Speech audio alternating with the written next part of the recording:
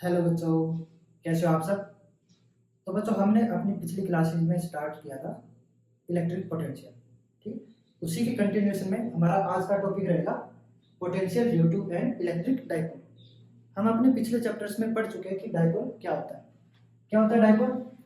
Dipole is a pair of equal and opposite charges separated by a certain distance. ठीक है, plus Q और minus Q charge जो magnitude में equal है वैसे अपोजिट है, एक प्लस एक माइनस है, और दोनों 2a डिस्टेंस से दूर रखे हुए। ठीक है, तो ये जो पेयर है ये क्या बनाएगा? Electric dipole.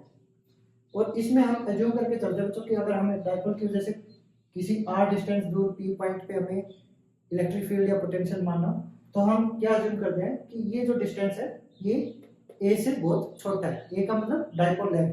ठीक, तो हम बोल सकते हैं कि जो डाइपोल लेंथ होती है वो बहुत ही छोटी होती है, दोनों चार्जेस बहुत ज्यादा पास पास रखे होते हैं। तो हमें इसके सराउंडिंग में कुछ भी निकालना हो, फील्ड निकालना हो, पोटेंशियल निकालना हो, तो उस केस में जिस भी पॉइंट पे हम फील्ड निकालेंगे तो उसका डिस्टेंस बहुत बड़ा होगा as compare to dipole length. ठीक, तो आज के टॉपिक में हमें इस डाइपोल की वजह से इलेक्ट्रिक पोटेंशियल निकालना है। ठीक, तो जैसे आपको फील्ड वाला याद होगा, फील्ड में हमने क्या किया? पहले हमने एक्सियल लेंथ पे इलेक्ट्रिक फील्ड निकाली थी, फिर हमने डाइपोल के इक्वेटोरियल लाइन पे इलेक्ट्रिक फील्ड निकाली थी, फिर हमने किसी जनरल पॉइंट पे इलेक्ट्रिक फील्ड निकाली थी। ओके, यहाँ पे हम क्या करते हैं, हम स्टार्टिंग में जनरल पॉइंट के लिए पोटेंशियल निकाल लेते हैं, उसके बाद में जो जनरल पॉइंट के लिए पोटेंशियल आएगा उसके हेल्प से हम एक्सियल लाइन पे पोटेंशियल निकाल लेंगे और इक्वेटोरियल पे निकाल लेंगे। ठीक, तो हम मान लेते हैं कि r डिस्टेंस दूर हमारा कोई p पॉइंट है जहां पे हमें इलेक्ट्रिक पोटेंशियल निकालना होगा। ओके, तो ये जो p पॉइंट है ये प्लस q चार्ज से कितना दूर है? मान लेते हैं कि r1 डिस्टेंस दूर है, और माइनस q चार्ज से मान लेते हैं कि ये r2 डिस्टेंस दूर है। ठीक है, तो electric potential due two plus q charge क्या बनेगा? क्या था? k q divided by r1। ठीक है, प्लस क्यू चार्ज से r1 डिस्टेंस दूर p पॉइंट है और चार्ज q है, पॉजिटिव है, तो पोटेंशियल हमारा क्या रहेगा? पॉजिटिव। ओके, और ऐसे ही माइनस क्यू चार्ज की वजह से जो पोटेंशियल बनेगा वो क्या बनेगा बच्चों? k minus Q divided by r2। Minus Q से r2 डिस्टेंस दूर है। ओके, माइनस साइन अगर बाहर निकालोगे तो ये क्या बना? माइनस ऑफ के क्यू बाई r2। ठीक, नेट पोटेंशियल क्या बनेगा बच्चों? p पॉइंट पे दोनों को ऐड कर दोगे,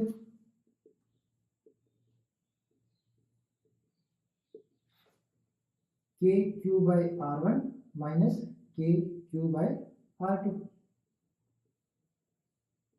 1 by r1 minus 1 by r2। ठीक है बच्चों, ये बना नेट पोटेंशियल इन दोनों चार्जेस की वजह से। अब बच्चों इसमें r1 और r2 ये तो हमने माना है ना, हमें गिवन थोड़ी है r1 और r2, हमें गिवन क्या? r और डाइपोल लेंथ।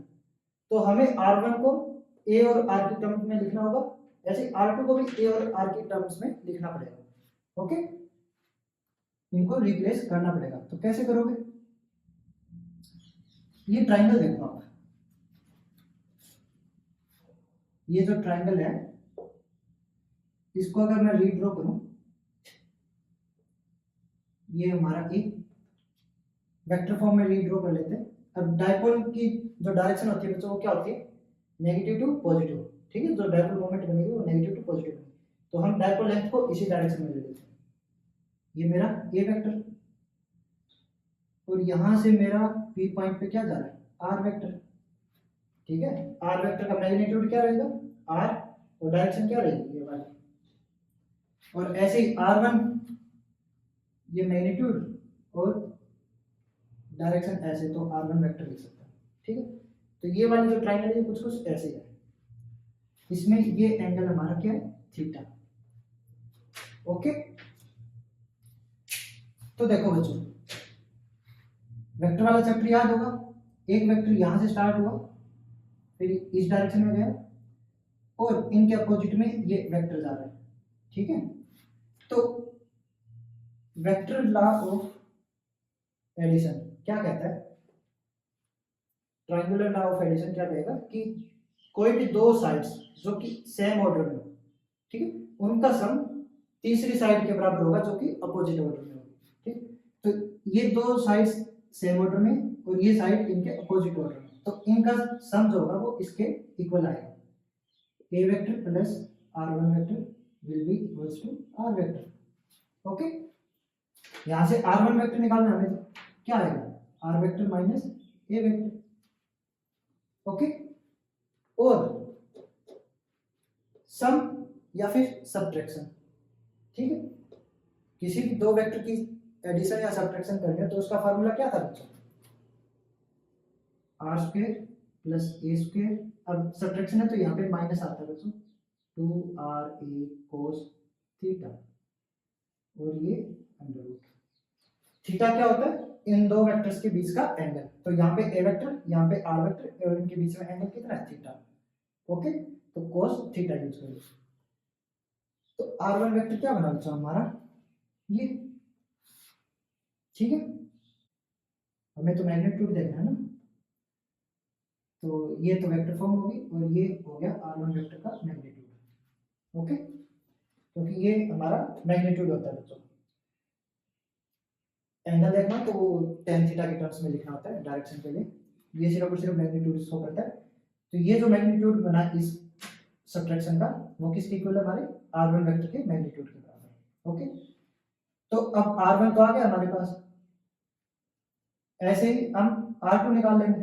r2 कैसे निकालेंगे, अब ये वाले ट्रायंगल देखो, इस वाले ट्रायंगल में क्या है हमारे पास, a वेक्टर, इधर r वेक्टर, और ये हमारा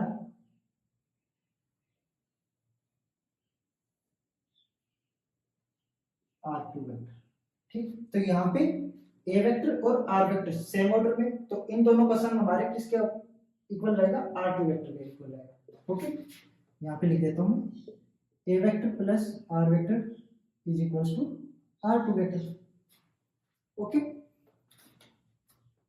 अब हमें क्या करना है बच्चों, अगर हमें ये एडिशन निकालना है a vector plus r vector, तभी तो हमें r2 वेक्टर मिलेगा।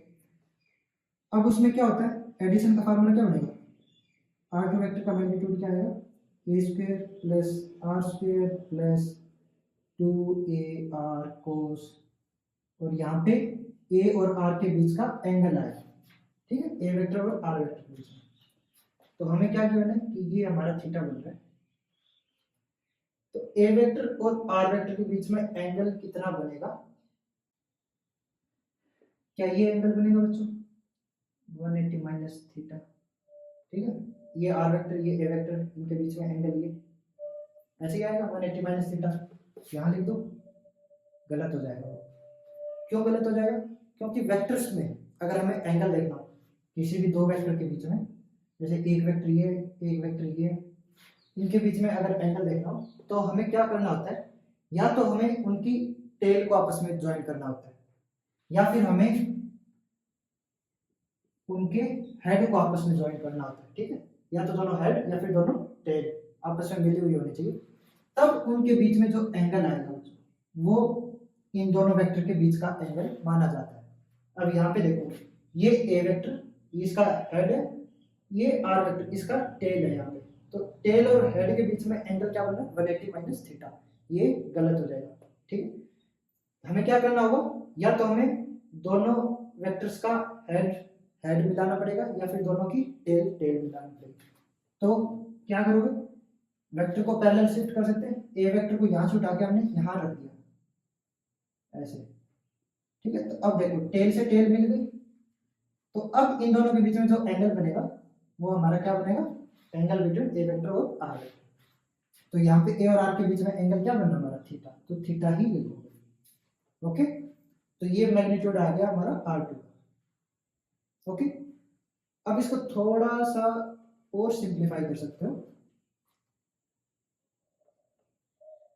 इसमें से r के बाद कॉमन ले लो, क्या बनेगा 1 plus a square by r square plus 2ar cos theta divided by r square. ठीक है, मैंने ये आर स्क्वायर वाली टर्म पहले लिख ली, ठीक है, आर स्क्वायर से बाहर लोगे तो 1 बचेगा, ये ए स्क्वायर के नीचे आर स्क्वायर डिवाइड हो जाएगा, ऐसे इस टर्म के नीचे भी आर स्क्वायर डिवाइड हो जाएगा। ओके, ये बना हमारा।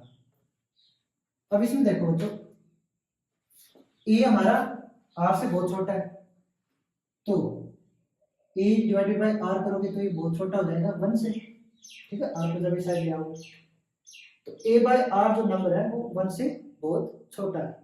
अगर इसका स्क्वायर कर दो ए स्क्वायर बाय आर स्क्वायर तो वो और ज्यादा छोटा हो जाएगा 1 से, तो यानी कि ये टर्म हम नेग्लेक्ट कर सकते हैं,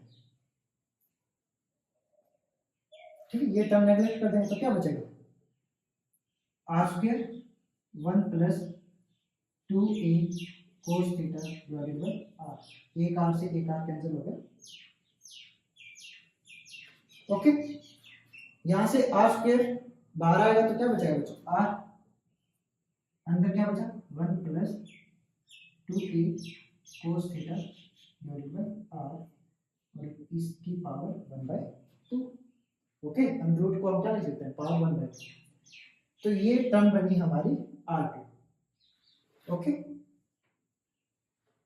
ऐसे ही यहां पे अगर हम सेम प्रोसीजर फॉलो करें, आर स्क्वायर को पहले कॉमन लिया तो क्या बना, यहाँ पे लिख रहा हूं मैं, R1 will be r square 1 plus a square by r square minus 2ar cos theta divided by r square. Okay, a square by r square हमारा क्या हो जाएगा, नेग्लेक्ट हो जाएगा, क्योंकि ये टर्म हमारी क्या है, एक से काफी छोटी है। क्या बचेगा 1 minus 2a cos theta by r. Okay, और आर स्क्वायर अगर बाहर ले लोगे तो ये क्या बना, r 1 minus 2a cos theta divided by r power 1/2। ठीक है, ये बना हमारा r। तो अभी हमारे पास ये दो चीजें, यहां तक क्लियर है बच्चों? अगर यहां तक क्लियर है तो मैं ये बीच वाला पार्ट रब कर रहा हूं ताकि थोड़ा स्पेस मिल जाए। ठीक है, तो अब हमारे पास R2 है और R1 है, यहां पे पुट कर देंगे, क्या बनेगा हमारा, V आएगा KQ 1/R1। R1 क्या, R 1 minus 2a cos theta divided by r की power 1/2।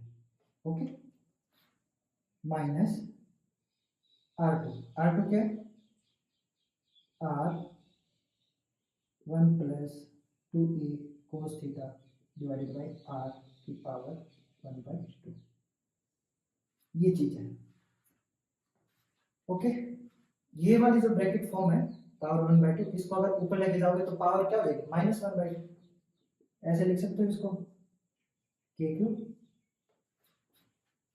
1/r as it is रख लेते, 1 minus 2a cos theta divided by r और इसकी पावर 1/2।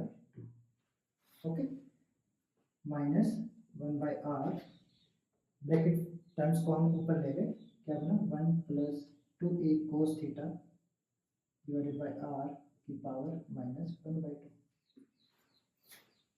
ठीक है बच्चों, अब ये जो टर्म होती है 1 माइनस समथिंग पावर, ठीक है, इसको हम बाइनोमियली एक्सपेंड कर सकते हैं। ठीक है, बाइनोमियल एक्सपेंशन कर सकते हैं इसका, और फिजिक्स की बाइनोमियल एक्सपेंशन बिल्कुल आसान होती है। कैसे करते हैं उसको एक करके दिखाता हूं। Let's do binomial expansion of the term, कौन सी term, 1 minus 2a cos theta divided by r की पावर -1/2। ठीक है, इस टर्म की बाइनोमियल एक्सपेंशन करते हैं। कैसे करोगे, फिजिक्स में कभी भी बाइनोमियल एक्सपेंशन करनी पड़ जाए तो बिल्कुल सिंपल है, इसको लिखो ऐसे, ये बाइनोमियल एक्सपेंशन करने के बाद में ये जो टर्म है ये हमारी इसके इक्वल आएगी, जो मैं अभी लिखने जा रहा हूँ, 1 माइनस, ठीक है, जो पावर होती है उसको नीचे ले आओ, ठीक है, जो पावर है वो इस टर्म के साथ में मल्टीप्लाई में आएगी, तो इस पावर को नीचे ले आए, -1/2 टर्म क्या है 2a cos theta divided by r, ठीक है। First term as it is, sign as it is, ये जो पावर है जो भी पावर हो उसको नीचे ले आओ सेकंड टर्म के साथ मल्टीप्लाई में, ठीक है, ले आए। फिर second term as it is, उसके बाद में दो दो दो दो दो दो, ठीक है। नेक्स्ट टर्म्स तक हमें नहीं जाना पड़ता। अभी हम क्या लिखेंगे यहाँ पे, नेग्लेक्टिंग, इनका काम हो गया तो रब कर देता हूं।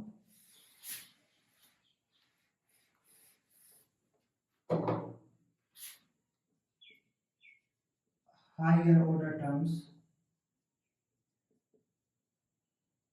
ये नंबर छोटा होता है जो सेकंड टर्म जो भी होती है।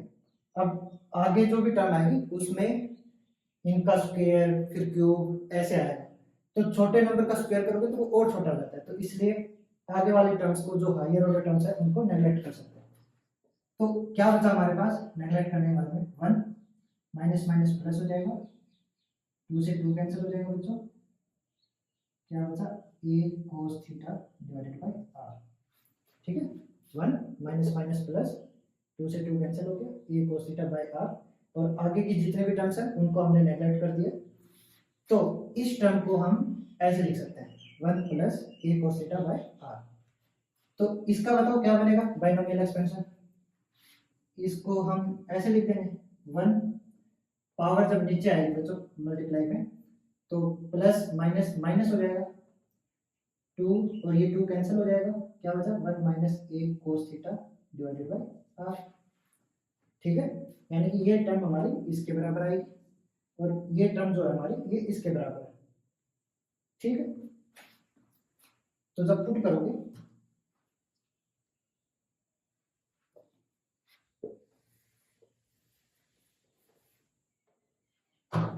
हमारा क्या बनेगा k क्यूब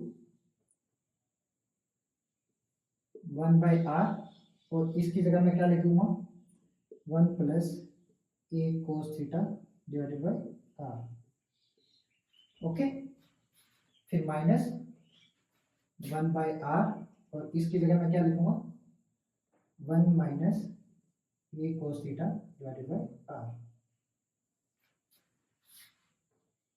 मल्टीप्लाई करवा दो अंदर 1/r की, क्या बना 1/r plus a cos theta divided by r square minus 1/r, ये प्लस का था ये माइनस का था तो माइनस 1/r, अब ये माइनस माइनस माइनस क्या हो जाएगा plus a cos theta divided by r square, ठीक। प्लस का 1/r माइनस का 1/r कैंसिल हो जाएगा, a cos theta by r square, a cos theta by r square क्या बनेगा 2a cos theta by r square, ठीक है बच्चों। हमारा पोटेंशियल क्या बना k cube 2a cos theta by r square, ठीक है। अब q और 2a हम क्या लिख सकते हैं k q 2a cos theta divided by r square, और q 2a को हम क्या लिख सकते हैं p,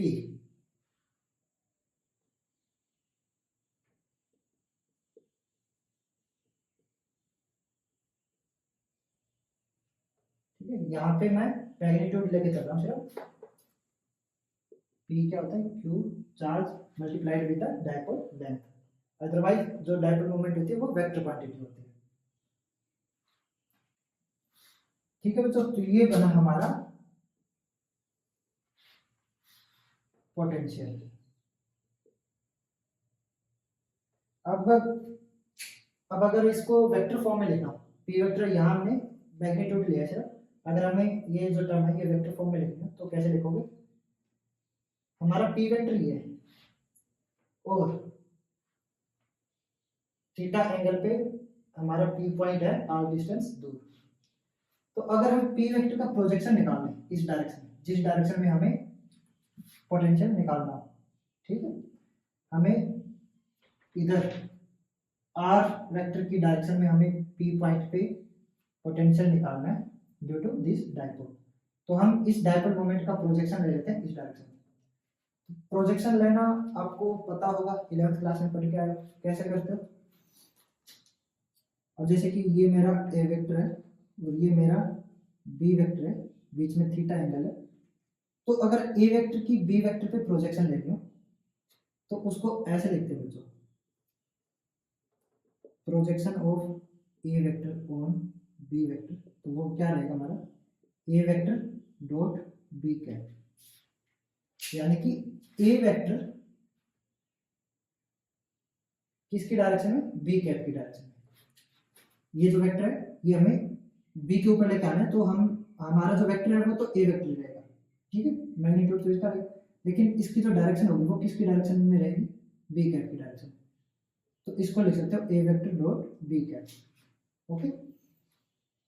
तो यहां से इसको रिलेट करो इसके साथ, ये हमारा पी वेक्टर है और हमें डायरेक्शन किसकी लेनी है, आर वेक्टर की डायरेक्शन लेनी है, ठीक है, क्योंकि हमें इस लाइन पे प्रोजेक्शन निकालना है, जिस लाइन के अलोंग हमें पोटेंशियल निकालना है। तो इस चीज को उसके साथ रिलेट करोगे तो हमारा ए वेक्टर क्या बनेगा, पी वेक्टर, और बी वेक्टर हमारा क्या बनेगा, आर वेक्टर। तो पी वेक्टर की प्रोजेक्शन लेनी है हमें आर वेक्टर पे, तो वो क्या बन जाएगा, P vector dot r cap, ठीक है। और डॉट प्रोडक्ट क्या होती है बच्चों, इन दोनों के बीच का एंगल, पी और आर के बीच का एंगल क्या है, theta, cos theta. R vector का मैग्नीट्यूड, आर वेक्टर नहीं आर कैप का मैग्नीट्यूड, ये यूनिट वेक्टर होता है तो मैग्नीट्यूड क्या होगा 1, पी वेक्टर का मैग्नीट्यूड p, ये 1, तो ये क्या बना p cos थीटा, यानी कि p डॉट आर कैप को मैं क्या लिख सकता हूँ, p cos थीटा। तो मैं इस टर्म को p cos थीटा को रिप्लेस कर सकता हूँ किससे, k p vector dot r cap divided by r square, ठीक है बच्चों।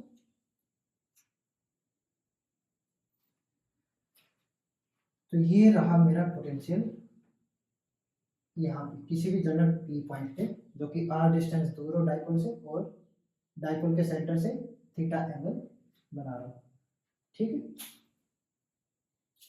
तो ये क्लियर है यहाँ तक। अगर कुछ भी डाउट हो तो एक बार वीडियो को रिपीट करके साथ के साथ प्रैक्टिस करिए, खुद से करने की ट्राई करिए, और फिर भी अगर कुछ डाउट हो जो मैं यहाँ पे नहीं बता पाया हूँ तो आप वीडियो के कमेंट सेक्शन में पूछ सकते हो, या फिर आप हमसे टेलीग्राम चैनल पे भी कांटेक्ट कर सकते हो, आपकी पूरी हेल्प करेंगे, ठीक। तो अगर यहाँ तक क्लियर है तो फिर अब हम इसके दो स्पेशल केस देखते हैं। कौन सी स्पेशल केस, जब हमें पोटेंशियल निकालना हो इसकी एक्सियल लाइन पे और इसकी इक्वेटोरियल लाइन पे, ठीक। ये पोटेंशियल हो गया हमारा एट एनी जनरल पॉइंट।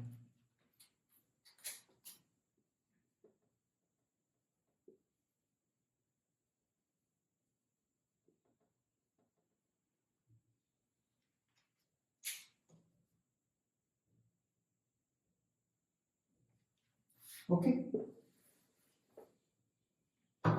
अब अगर पोटेंशियल देखना हो हमें एक्सियल लाइन, ठीक है, ये हमारी एक्सियल लाइन बनेगी, इस पे पॉइंट, ये तो हमारा इस साइड हो सकता है पी पॉइंट डाइपोल मोमेंट की डायरेक्शन, या फिर हमारा जो पॉइंट है वो एक्सियल लाइन पे इस डायरेक्शन में हो सकता है, पी वेक्टर ऊपर और पॉइंट हमारा नीचे की ओर, ठीक है, इस डायरेक्शन। तो दो केस बन सकते हैं एक्सियल लाइन पे।